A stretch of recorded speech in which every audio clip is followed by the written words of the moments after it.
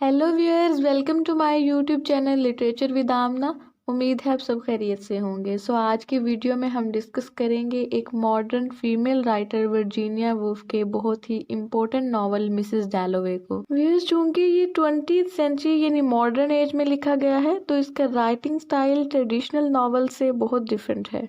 1925 में ये novel publish हुआ और इसकी सेटिंग रखी गई लंदन में। इसका जॉनरा है साइकोलॉजिकल फिक्शन और स्ट्रीम ऑफ कॉन्शियसनेस की टेक्निक के जरिए ये लिखा गया है। व्यूअर्स, ये एक लिटरेरी टेक्निक है जिसके जरिए करेक्टर के माइंड में कंटिन्यूअस फ्लो ऑफ थॉट्स को रिकॉर्ड किया जाता है। यानी करेक्टर अपने माइंड में मुसलसल कुछ न कुछ सोचता रहता है और ये सोच प्रेजेंट, पास्ट और फ्यूचर की हो सकती है। इस नॉवल के सारे इवेंट्स और एक्शंस एक ही दिन पर बेस्ड होते हैं, यानी सारी स्टोरी एक दिन पर मुश्तमिल होती है, सुबह से लेकर रात तक। कहानी स्टार्ट होती है लंदन में मिड ऑफ द जून 1923 की एक सुबह से, जब क्लैरिसा डैलोवे, जो कि इस नॉवल की प्रोटैगोनिस्ट है और एक अपर क्लास 50 इयर्स की खातून है, जिसकी शादी कंजर्वेटिव पार्टी के एक पॉलिटिशियन रिचर्ड डैलोवे से हुई है, उस रात एक पार्टी ऑर्गेनाइज करती है और लंदन की अपर क्लास के सभी लोगों को इनवाइट करती है। वो अपनी मुलाजमा लूसी को भेजने की बजाय पार्टी के लिए फूल खरीदने खुद चली जाती है और सुबह सवेरे ही निकल जाती है। क्लैरिसा अपनी रोजमर्रा की जिंदगी में छोटे छोटे एहसासात से खुशी फील कर रही होती है और फिर वो अपने फादर के कंट्री ईस्ट एट बोर्टन को याद करने लगती है, जब वो 18 साल की थी और अपना बचपन वहाँ गुजारा था। लेकिन अब वो लंदन में रह रही थी। क्लैरिसा अब भी अपनी जिंदगी से बहुत खुश थी और इसी खुशी को वो दूसरे लोगों में इल्यूमिनेट करने के लिए पार्टीज वगैरह ऑर्गेनाइज किया करती थी। वो स्ट्रीट में लोगों की हलचल और मूवमेंट को नोट करते हुए जॉय फील करती है और अपने एक पुराने दोस्त पीटर वॉल्श को याद करने लगती है, जो सालों पहले इंडिया चला गया था लेकिन अब वो जल्द ही वापस लौटने वाला है। पीटर क्लैरिसा से बहुत प्यार करता था, उसने प्रपोज भी किया लेकिन क्लैरिसा ने उसका प्रपोजल रिजेक्ट कर दिया। फिर क्लैरिसा फूलों की दुकान में एंटर होती है, फूलों को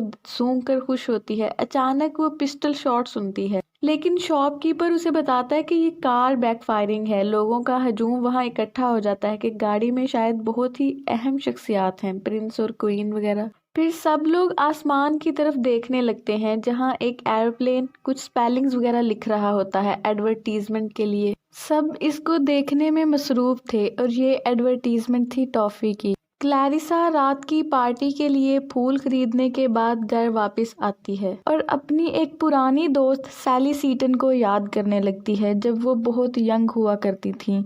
उन दोनों ने एक साथ बोटन में एक समर गुजारा। क्लैरिसा सैली से पैशनेट लव करने लगी थी। सैली एक वाइल्ड और पुअर लड़की होती है जो सोशलिस्ट राइटर को पढ़ा करती थी और एक बार क्लैरिसा को भी कुछ रेडिकल चीजें देती है पढ़ने के लिए और फिर वो दोनों एक साथ बहुत सारे प्लान्स बनाती हैं। आज रात की पार्टी में क्लैरिसा ग्रीन ड्रेस पहनने वाली होती है, लेकिन एक जगह से थोड़ा फटे होने की वजह से वो उसकी मुरम्मत करने लगती है कि इतने में डोर बेल बजती है और पीटर दाखिल होता है, जो अभी इंडिया से वापस लौटा था। वो दोनों मिलते हैं और वहां बैठकर अपने पास्ट को याद करने लगते हैं। पीटर जेब से चाकू निकालकर अपनी एक पुरानी आदत के तहत उससे खेलने लगता है। क्लैरिसा उससे उसकी लाइफ के बारे में पूछने लगती है तो वो बताता है कि वो इंडिया में एक औरत से प्यार करता है जिसका नाम डेजी है, एक यंग वुमन है और इंडियन आर्मी के मेजर की बीवी है। उसके 2 बच्चे हैं, लेकिन वो पीटर के लिए अपने हस्बैंड को छोड़ देना चाहती है और पीटर डिवोर्स के सिलसिले में यहाँ आया है ताकि अपने लॉयर्स को मिल सके और बात कर सके। फिर अचानक पीटर रोने लगता है तो क्लैरिसा सोचती है कि उसको रिचर्ड की बजाय पीटर से शादी करनी चाहिए थी। पीटर उससे पूछता है क्या वो रिचर्ड के साथ खुश है। इससे पहले कि क्लैरिसा कुछ बोलती, उसकी बेटी एलिजाबेथ कमरे में दाखिल होती है।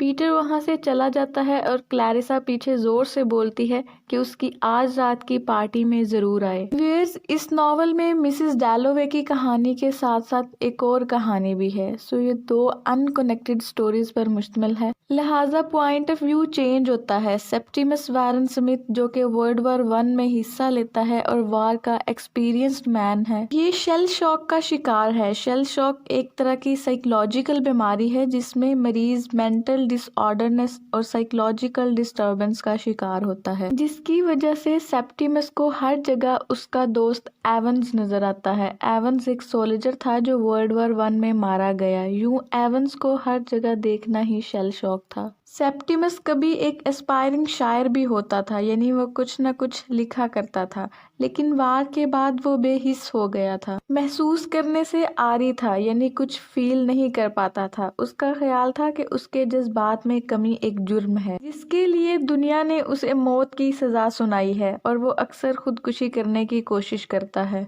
और उसकी एक इटालियन बीवी होती है, लुक्रेजिया स्मिथ।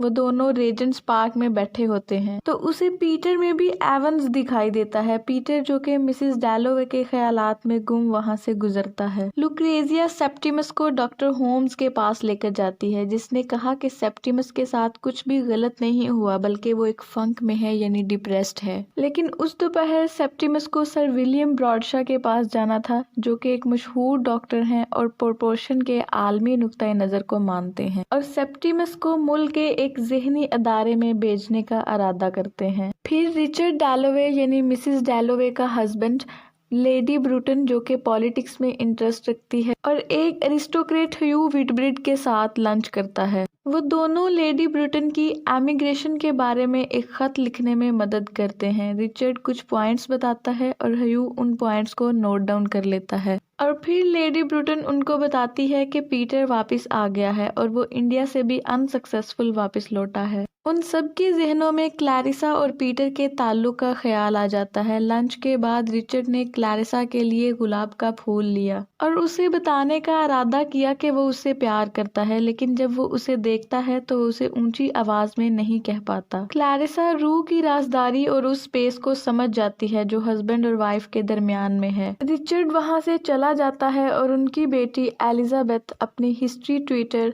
डोरिस किलमैन के साथ दाखिल होती है। डोरिस किलमैन गरीब, तल्ख और अनअट्रैक्टिव होती है और एलिजाबेथ को क्रिश्चियन बनाने की कोशिश कर रही होती है। क्लैरिसा और मिस किलमैन एक दूसरे से नफरत करती हैं और एलिजाबेथ पर इन दोनों का जो इन्फ्लुएंस हो रहा होता है उससे जेलस फील करती हैं। एलिजाबेथ और मिस किलमैन शॉपिंग के लिए चली जाती हैं। व्यूअर्स, अब पॉइंट ऑफ व्यू फिर से चेंज होता है। सेप्टिमस घर में काउच पर बैठा होता है और सनलाइट को ऑब्जर्व करता है, और लुक्रेजिया टोपी बना रही होती है। दोनों मिलकर हैट को डिजाइन करती हैं और एक साथ खुशी के चंद लम्हात शेयर करते हैं। फिर डॉक्टर होम्स सेप्टिमस से मिलने पहुंच जाता है। लुक्रेजिया उसे रोकने की कोशिश करती है, लेकिन डॉक्टर होम्स उसे पीछे धकेल देता है और कहता है कि वो यहाँ एक दोस्त की हैसियत से आया है। सेप्टिमस सोचता है कि डॉक्टर होम्स एक मॉन्स्टर है जो उसको मौत की सजा देता है, इसलिए सेप्टिमस खिड़की से छलांग लगा देता है और खुद को हलाक कर लेता है। पीटर एम्बुलेंस को जाते हुए सुनता है जो सेप्टिमस को पिक करने आई थी, और उसे इंग्लिश सिविलाइजेशन की अलामत देखकर हैरान होता है कि कैसे बाकी तमाम गाड़ियां रुक गई हैं ताकि एम्बुलेंस गुजर जाए। फिर पीटर अपने होटल आकर रुकता है और क्लैरिसा की पार्टी में जाने के लिए सोचने लगता है, जहां नॉवल के ज्यादातर अपर क्लास के कैरेक्टर जमा होते हैं। क्लैरिसा एक परफेक्ट होस्टेस के तौर पर काम करती है। वो सबको वेलकम करती है और तभी पीटर भी वहां पहुंच जाता है। पीटर क्लैरिसा को खामोश नजरों से क्रिटिसाइज करता है। क्लैरिसा को डर होता है कि कहीं पार्टी नाकाम ना हो जाए।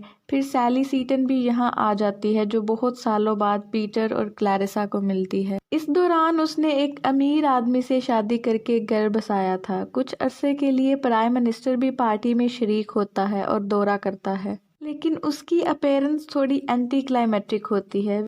फिर सर विलियम ब्रॉडशा आता है जो थोड़ी लेट पहुंचता है। उसकी वाइफ मिसेस ब्रॉडशा क्लैरिसा को बताती है कि सेप्टिमस ने खुदकुशी कर ली है। क्लैरिसा अपनी पार्टी में मौत की खबर सुनकर कुछ गौर फिक्र करने के लिए थोड़ा टाइम अकेले स्पेंड करने चली जाती है और सेप्टिमस की रिश्तेदारी को महसूस करती है और उसकी रूह की पाकीज़गी की तारीफ करती है। वो सेप्टिमस की मौत को एक्ट ऑफ कम्युनिकेशन के तौर पर देखती है। पीटर और सैली क्लैरिसा के बारे में बातें करने लगते हैं कि वो इन सालों में बहुत बदल गई है और उसका वापस पार्टी में शामिल होने का इंतजार कर रहे होते हैं। क्लैरिसा आखिरकार अपीयर होती है और पीटर खुशी और दहशत से भर जाता है। व्यूअर्स, इसी के साथ ये नॉवल एंड होता है। उम्मीद करती हूँ आपको ये वीडियो अच्छी लगी होगी। Thank you so much for watching.